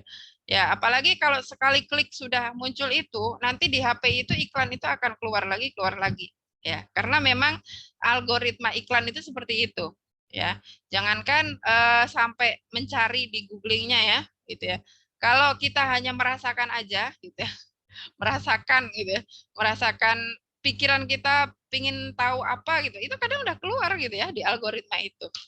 Ya makanya kalau saya terkait dengan pemberian nama anatomi itu, saya masih pakai menggunakan alat kelamin laki-laki, alat kelamin perempuan gitu ya, atau dengan bahasa-bahasa kiasan, tapi tahu gitu bahwa itu harus dijaga, nggak boleh disentuh oleh siapapun. Nah, terkait dengan pornografi gitu ya, yang kalau di sini sampai melihat adegan gitu ya. Nah, ini ya memang tadi harus disampaikan, gitu. Harus dinasehatin anak itu, gitu ya. Dan itu memang kalau saya ya saya tarik gitu ya. Kalau saya mengambil sikap, saya tarik, nggak main sama anak itu lagi gitu. Karena saya nggak berani gitu ya, belum berani, dan menjaga agar anak-anak itu tidak terkotori pikirannya gitu. Seperti itu. Ya jangankan anak-anak gitu ya, yang tadi kalau saya sebutkan usia 7 sampai 10 itu melekat banget gitu ya. Sulit hilang memori yang seperti itu. Ya jadi yang pertama ajak anaknya itu ngobrol gitu ya, bahwa itu tidak boleh. Ya kemudian ya memang harus didampingi gitu ya anak-anak itu ketika main HP. Jadi kalau untuk menghapus memorinya gimana, Ya kita ajak anak itu baca yang terkait dengan hukum syara, terkait dengan remaja gitu ya, yang Islam itu harusnya seperti apa. Terus disibukkan dengan misalkan membaca kisah sahabat gitu ya, itu insya Allah anak bisa lupa. Tapi kalau dia dapatnya di HP gitu ya, kemudian terbiasa atau seringnya main HP lagi, itu sulit ya, sulit dihilangkan. Mungkin jawabannya seperti itu. Ya, ada lagi. Ya sudah ditemanin melatih tidur sendiri, tapi di 2/3 malam balik ke kamar ortunya. Mungkin ngajak sholat tahajud mungkin ya. Nah ini bisa jadi ya berarti di situ harus ditanamkan gitu ya. Harus minta izin. Ya berarti kalau untuk melatih minta izin gimana? Jadi 3 waktu itu dikunci aja kamar orang tua, nggak apa-apa gitu ya. Itu untuk melatih gitu ya. Jadi biar anak itu nggak serampangan masuk gitu ya. Seperti itu. Nah,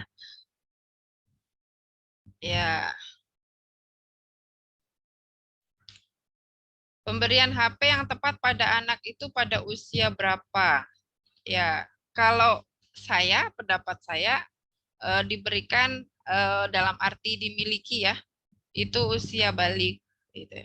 Jadi kalau misalkan sekarang ini belajar online gitu ya, kemudian ini sering dipakai kakak ini sering dipakai kakak ini, tapi tetap aja itu sebenarnya milik kita gitu ya. Jadi kalau milik kita ya berarti kita bisa mengatur agar menyeleksi gitu ya. Kemudian kita atur ada kalau nggak salah ada aplikasinya gitu ya, biar konten-konten yang nggak baik itu nggak masuk, itu ada.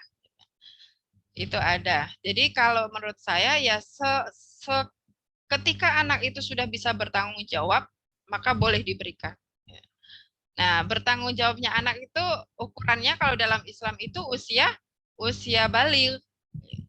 Nah, kalau baligh itu kan kamu nanti kalau melakukan kemaksiatan atau apa-apa itu kan akan masuk dosanya masuk ke anak sendiri gitu ya. Jadi dilatih untuk mempertanggungjawabkan apa yang dilakukan.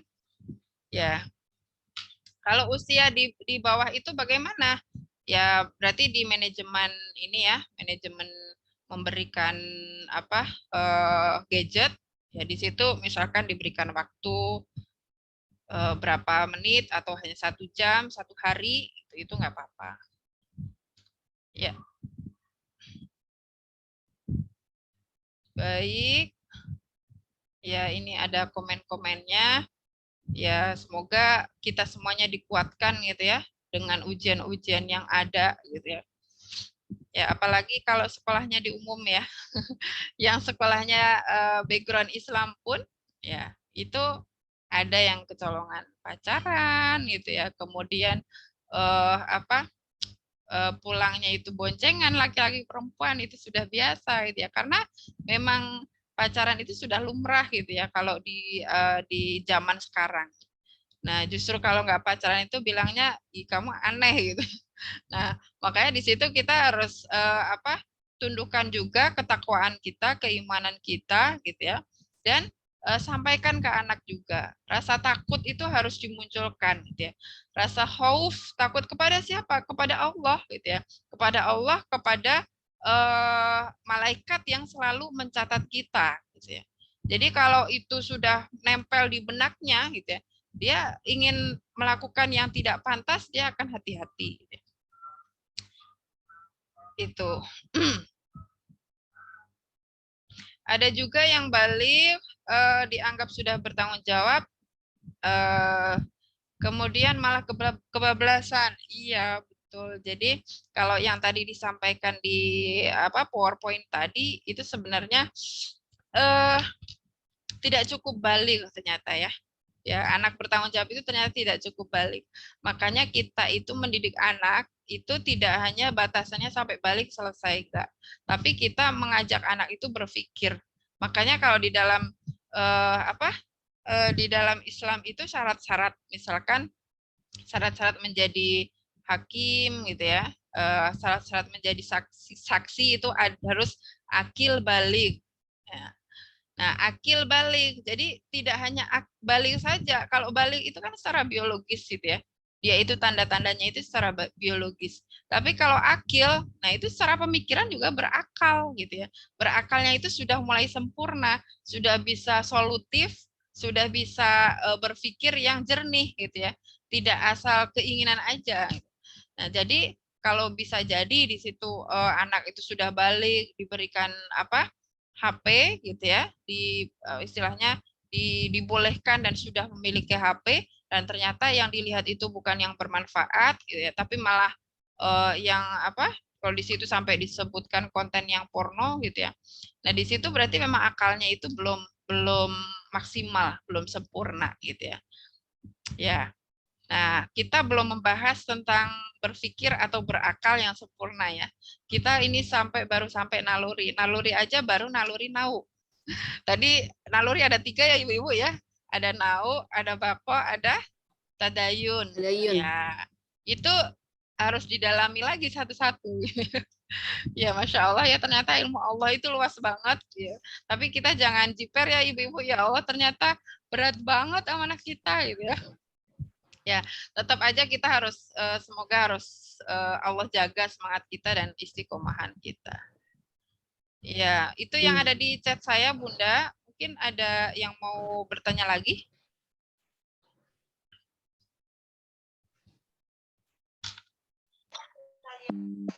Ustazah Afwan, Assalamualaikum Ustazah. Waalaikumsalam warahmatullahi wabarakatuh.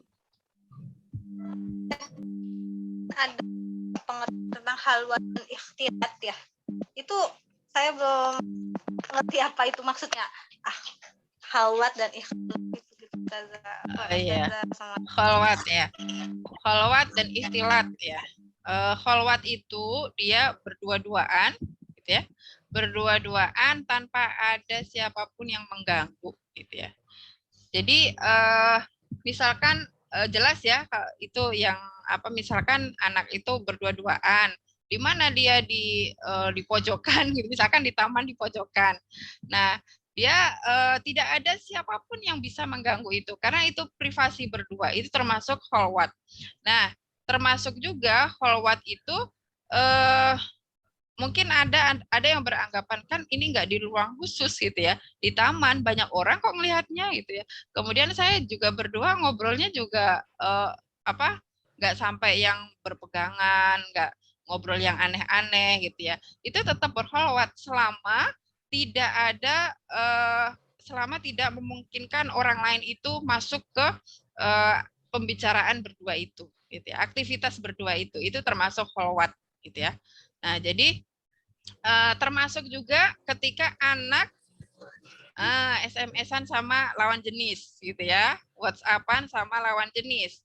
Nah, itu termasuk khalwat gitu ya. Apalagi yang diobrolin itu bukan yang terkait dengan apa, masalah-masalah yang umum gitu ya.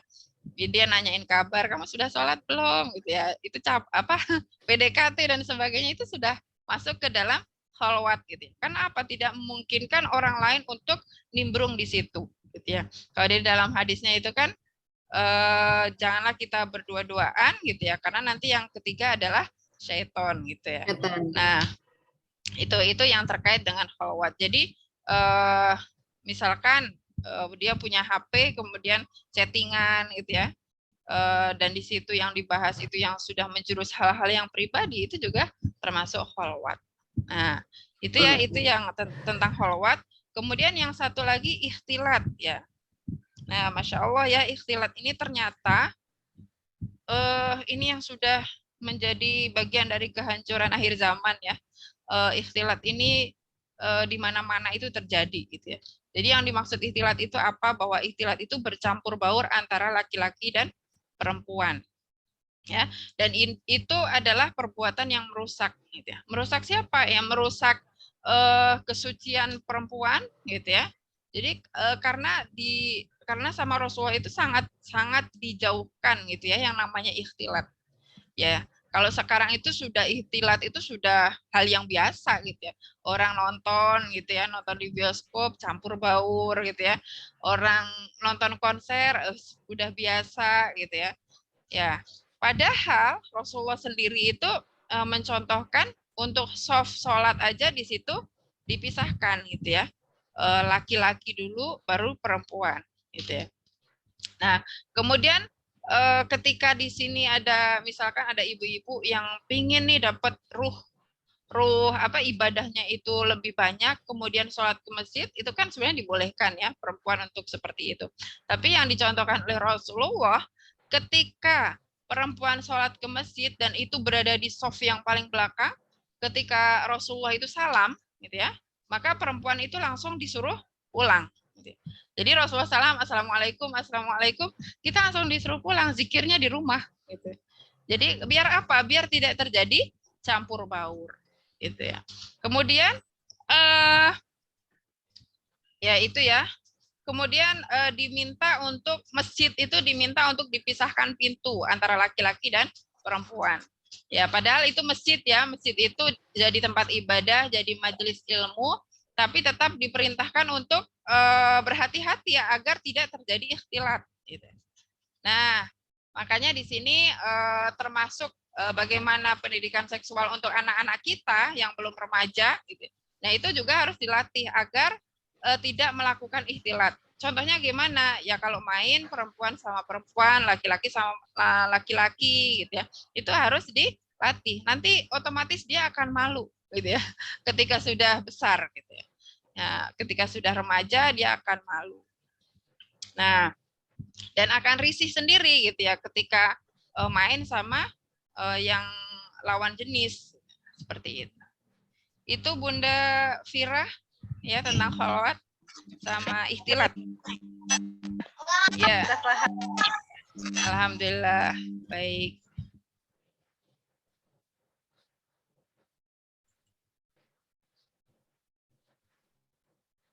Baik, Ada lagi yang mau disampaikan? Atau mungkin sudah kali ya Bun ya, sudah melebihi. Sudah lewat setengah jam. Ya, saya closing statement aja ya. Kayak saya Iya, closing. silakan Ustazah. Barokallah atas kehadiran ummahat semuanya di majelis ini. Saya bahagia sekali bisa sharing.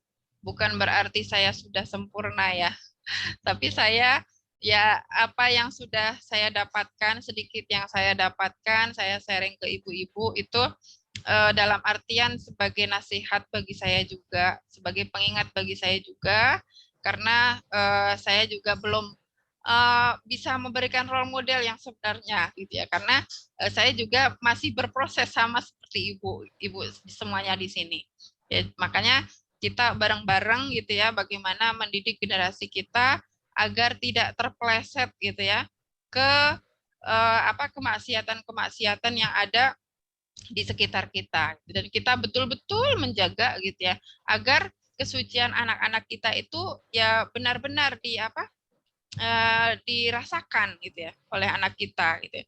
Sehingga anak kita itu tidak mudah untuk melakukan kemaksiatan ya. Jadi tadi sebenarnya masih ada level selanjutnya gitu ya, yang mungkin nanti akan kita bahas saat pembahasan tentang remaja. Itu ada juga tentang pendidikan seksual untuk remaja, itu ada khusus sendiri gitu ya. Jadi kadang misalkan ada anak yang sudah, kalau tadi kan ada amanah perintah Rasulullah, kewajiban ayah itu memberikan nama, memberikan pendidikan, ya berarti nafkah untuk pendidikan anak. Yang ketiga itu mencarikan pasangan. Nah itu sampai mencarikan pasangan itu nggak selesai sampai situ gitu ya. Tapi bagaimana mengarahkan gitu ya edukasi seksual ketika mau menikah itu juga masih PR-nya orang tua juga gitu ya. Kita harus jelasin juga ke mereka. Ya terkadang orang tua lupa gitu ya. Sudah rempong dengan persiapan nikahnya jadi lupa ke arah situnya ya. Ya. Mungkin itu saja yang dibahas hari ini. Saya berharap ibu-ibu jangan lelah aja dengan kajian-kajian yang seperti ini. Dan saya mohon maaf sekali kalau tadi ada pembahasan yang kata-kata saya meleset gitu ya. Mungkin ini sudah agak siang karena dari pagi sudah banyak aktivitas gitu ya. Jadi mungkin ada yang kurang tepat saya sampaikan. Saya mengucapkan mohon maaf kalau ada yang kebaikan yang saya sampaikan itu betul-betul dari Allah Subhanahu wa taala. Semoga kita bisa mengambil hikmahnya, bisa mengambil pelajaran ini dan bisa mengamalkannya. Akhirul kalam, assalamualaikum warahmatullahi wabarakatuh. Waalaikumsalam warahmatullahi wabarakatuh. Jazakallah khair Ustazah atas materi yang disampaikan. Jazakumullah khair ummahat atas kehadirannya. Semoga bisa menjadi catatan amal kebaikan, pemberat dengan kebaikan di yaumil akhir, dan semoga Allah kuatkan dan mampukan kita untuk didik anak-anak generasi emas, generasi peradaban Islam. Amin ya rabbal alamin. Dan marilah kita tutup dengan mengucap hamdalah. Alhamdulillah rabbil alamin. Subhanakallahumma wa asyhadu an la ilaha illa anta astaghfiruka wa atubu ilaik. Terima kasih, saya tutup. Musikum wa nafsi bitaqallah. Wassalamualaikum warahmatullahi wabarakatuh. Waalaikumsalam warahmatullahi wabarakatuh. Semuanya, sampai berjumpa lagi di kajian selanjutnya. Amin.